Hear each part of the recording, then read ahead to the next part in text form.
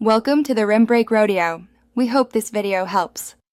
You'll start by prepping both devices so AirPlay works reliably. On your Mac, open System Settings and make sure AirPlay is allowed. On Apple TV, enable AirPlay in Settings and note its display name. Once done, click the Control Center icon on your Mac, choose Screen Mirroring or AirPlay, and select the Apple TV name. This initial step is how you establish the connection and why matching networks and software versions prevents common handshake errors. Now you refine how content appears and sounds. After connecting, choose whether to mirror your Mac or extend the desktop. Mirroring duplicates content, while extending gives extra screen space. Make sure to open displays in System Settings to set resolution and scaling for a smooth image. This controls sharpness and performance. Also go to Sound and route audio to Apple TV if you want audio there.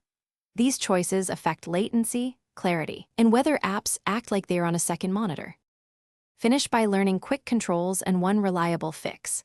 Use the menu bar AirPlay icon to pause, stop, or switch screen modes.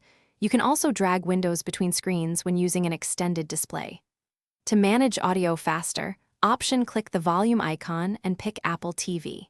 If things go wrong, like no connection or stuttering, restart both Apple TV and your Mac and reboot the router if needed. This simple restart resolves most network and handshake.